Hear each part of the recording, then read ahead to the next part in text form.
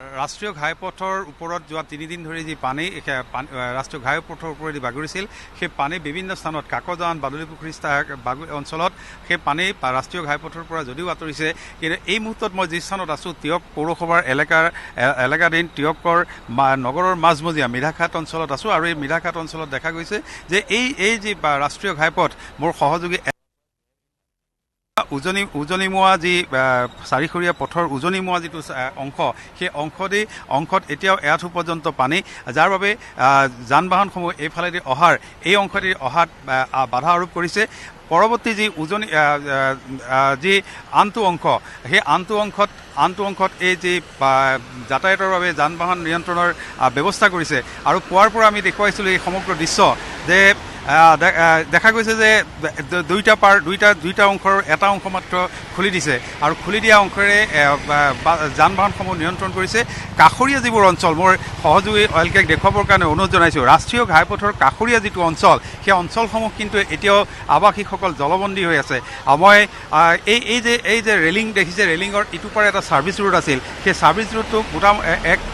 এককাল পৰ্যন্ত পানী যে ৰাষ্ট্ৰীয় ঘাইপথ প্ৰাধিকৰণে যেতিয়া জৰীপ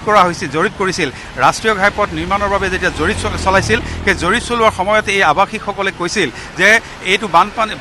বানপানী আক্ৰান্ত এটা অঞ্চল এই অঞ্চলৰ বানপানীৰ আক্ৰান্ত অঞ্চল গতিকে ইয়াৰ পথ নিৰ্মাণৰ সময়ত কিছু ওখকৈ নিৰ্মাণ কৰাৰ প্ৰয়োজন আছিল কিন্তু যি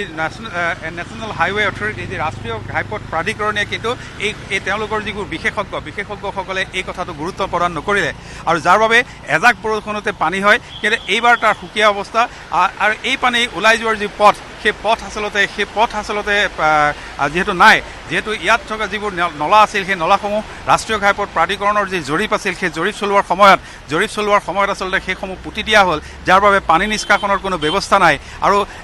যি অংশত আচলতে এজাক মাত্ৰ বৰষুণতে পূৰ্বতে টিয়কৰ যি অংশত পানী হয় সেই অংশটোতে এই মুহূৰ্তত উপস্থিত আছোঁ আৰু সেই অংশ নিৰ্মাণৰ সময়ত কিন্তু ৰাষ্ট্ৰীয় ঘাইপথ প্ৰাধিকৰণে কিন্তু এই যি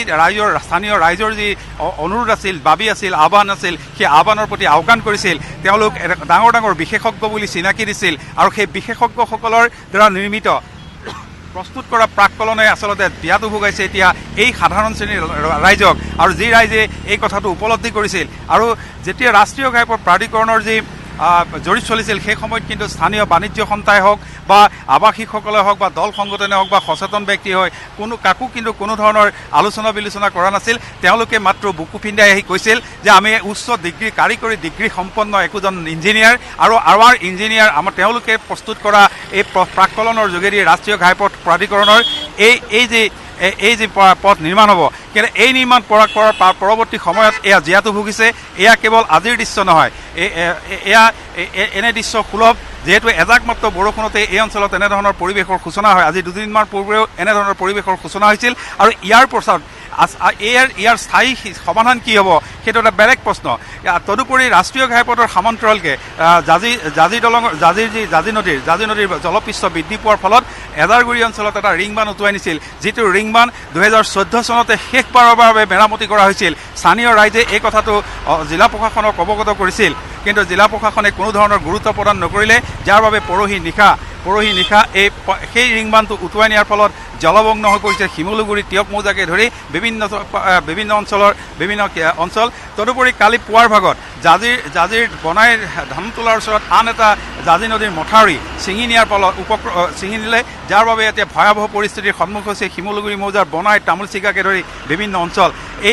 এয়া মোৰ সহযোগীয়ে দেখুৱাইছে এই অঞ্চলত ৰাষ্ট্ৰীয় ঘাইপথৰ পানী বিভিন্ন স্থানত কমিলে যদিও টিয়ক মিধাঘাটৰ এই অঞ্চলত কিন্তু এই পানী এতিয়াও কমা নাই যাৰ বাবে আচলতে এক অচল অৱস্থাৰ সৃষ্টি হৈছে জিলা প্ৰশাসনে আৰক্ষীয়ে তৎপৰতা অৱলম্বন কৰিছে যান বাহনসমূহ নিয়ন্ত্ৰণৰ ব্যৱস্থা কৰিছে কিন্তু এই পানী কেতিয়া ওলাই যাব নিষ্কাশনৰ পথ যিহেতু নাই গতিকে এই পানী ওলাই যোৱাৰ কি ব্যৱস্থা আছে সেয়া এক অন্য বিষয় আৰু এই মুহূৰ্তত জিলা প্ৰশাসনে ইতিমধ্যে এটা কথা তেওঁলোকে তদাৰকী কৰিছে যদিও বহু স্থানত কিন্তু খাদ্য সামগ্ৰীৰ অভাৱ ঘটিছে খোৱা পানীৰ অভাৱ ঘটিছে যিহেতু পৰহিৰ পৰা কোনো ধৰণৰ পৰহিৰ পৰা কোনো ধৰণৰ বিদ্যুৎ যোগানৰ ব্যৱস্থা নাই, যাৰ কাৰণে খোৱা পানীৰ অভাৱ ঘটিছে, বিভিন্ন ধৰণৰ সমস্যাৰ সন্মুখীন হৈছে। আৰু এই সমস্যাসমূহ সমাধানৰ বেলিকা প্ৰশাসনে এতিয়া কেনে ব্যৱস্থা গ্ৰহণ কৰিব সেয়াও লক্ষণীয় হ'ব। বিভিন্ন সময়ত কোৱা হৈছে জিলা প্ৰশাসন সষ্টম হৈ আছে, জিলা প্ৰশাসনে খাদ্য সামগ্ৰী মজুত আছে, কিন্তু এটা কথা ঠিক নিশ্চয়কৈ এয়া টিয়কৰ পৰা আমাক শেহতীয়া বান পৰিস্থিতিৰ কিছু তথ্য আগবঢ়ালে সাংবাদিক ৰিজু কুমাৰ শইকীয়া, আমি ধন্যবাদ জনাইছোঁ।